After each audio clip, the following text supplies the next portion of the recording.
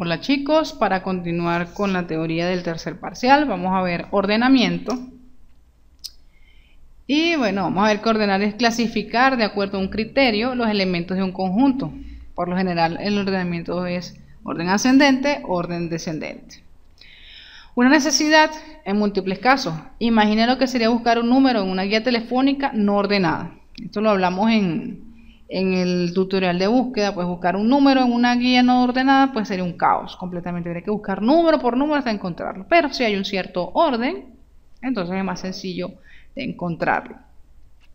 Es conveniente cuando se requiere hacer una cantidad considerable de búsquedas y es importante el factor tiempo. Conveniente cuando se requiere hacer una búsqueda en una lista con una cantidad considerable de elementos. Imagínense un diccionario completamente desordenado y hay que encontrar una palabra. Pues tardaríamos muchísimo tiempo. Y sería muy complejo buscar entre tantas palabras una sin orden. Tipos de ordenamiento. Hay ordenamiento interno, cuando los valores a ordenar están en la memoria principal, por ejemplo, en los arreglos. Externo, cuando los valores a ordenar están en la memoria secundaria, en una memoria auxiliar, por ejemplo, en un archivo de datos. Volvamos a ver nosotros, pues la interna, la que está en un arreglo. Por selección, burbuja o intercambio, inserción, quicksort y shell. Son los métodos que se manejarían aquí. Sin embargo, no los vamos a ver todos. Hay otros métodos como merge, radius, heap, shake y otros métodos de ordenamiento. Aquí no vamos a ver tantos métodos de ordenamiento. Vamos a trabajar con selección y burbuja. El ordenamiento por selección, pues tenemos estos valores desordenados y el procedimiento que vamos a seguir es: se debe obtener el mayor o el menor elemento de un grupo y colocarlo en la posición que le corresponde. O sea, si vamos a ordenar ascendente o descendente. Ejemplo, un ascendente, pues entonces tendríamos que buscar el menor elemento. El menor elemento de la lista pues es -3. ¿Qué se hace? Entonces se va a intercambiar el menor elemento hasta la posición 1. Luego se sigue buscando el menor elemento de la lista y se va a colocar en la posición 2. El siguiente elemento menor sería 6 y se colocaría en la segunda posición. Luego, en la posición 3, pues sería buscar el menor elemento de la lista, que en este caso sería el 8. El 8 es el que se cambiaría a la tercera posición. En la cuarta posición buscaríamos el menor, que en este caso coincide, es el 15, entonces no se mueve.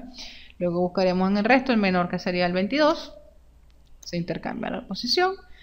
Y por último, pues el 34 se intercambia, y así queda la lista ordenada. ¿Cuál es el código? Pues el código sería este que se muestra aquí. Es un sud. Pues se va a modificar el arreglo que le estemos dando, pues se le indica el arreglo y su tamaño, que va a retornar ese sub, el mismo arreglo con la misma cantidad de elementos pero ordenado. Entonces nuestro subprograma pues va a recorrer todo el vector hasta el último -1, porque el último por defecto quedará ordenado. Ya no tengo con qué compararlo porque ya es el último, ya está ordenado con respecto a todos los demás. Y lo primero que vamos a determinar, si es el caso de ascendente, buscar la posición del menor. Si fuese en el caso de descendente, pues sería buscar la posición del mayor.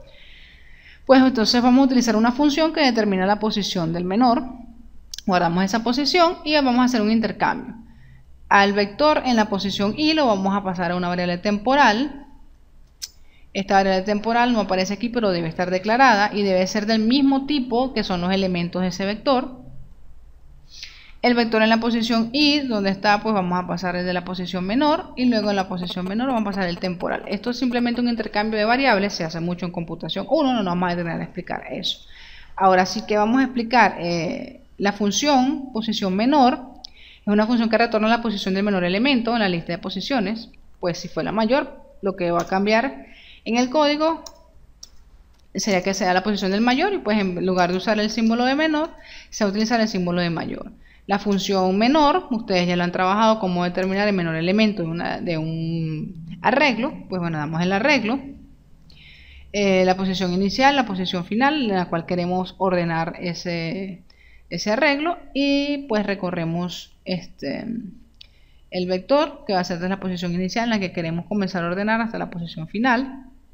Si el valor que está allí es menor al valor en la posición, pues simplemente cambiamos la posición, le asignamos y cuando terminemos el recorrido del ciclo, pues en la posición va a quedar la donde se encuentra el menor valor.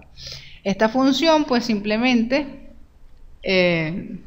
retorna en la posición donde se encuentra el menor. Si fuese mayor, lo que vamos a cambiar aquí, bueno, se llamaría mayor y aquí mayor, y aquí sería mayor en el orden de que fuese descendente, y pues simplemente es casi cortar y pegar este código, porque el código para determinar la posición menor no va a variar y tampoco. Entonces es tal cual copiar estos dos códigos en el examen, así de sencillo. Las ventajas de este ordenamiento por selección: es fácil de implementación, no requiere memoria adicional, realiza pocos intercambios, el rendimiento constante, poca diferencia entre el peor y el mejor caso. Desventaja: es lento porque hace numerosas comparaciones, siempre va comparando el primero con el menor para cambiar, y luego esto vuelve a estar otro menor para cambiar, y así sucesivamente. Por realizar un intercambio en cada ejecución puede ser una buena opción para listas con muchos elementos. Hay otro tipo de ordenamiento que vamos a ver, que es el ordenamiento burbuja. Se comparan elementos adyacentes de modo de obtener órdenes relativos entre ellos, por ejemplo, orden ascendente. Entonces se van a comparar de 2 en 2.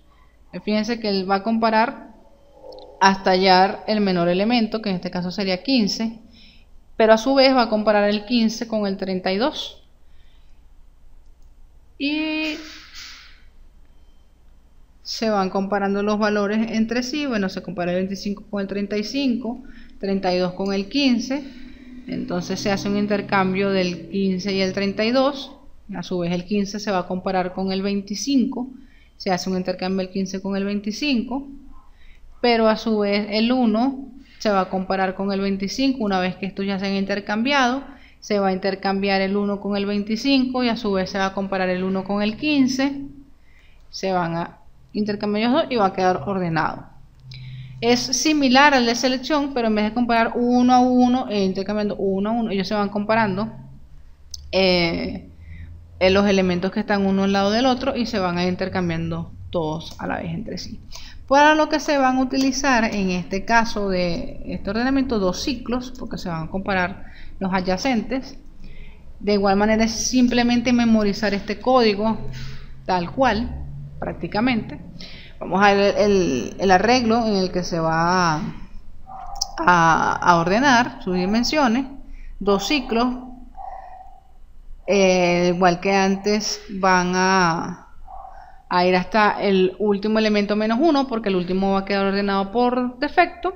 Se utilizan dos ciclos. Fíjense que los dos ciclos involucran el mismo vector, no es una matriz, ¿ok?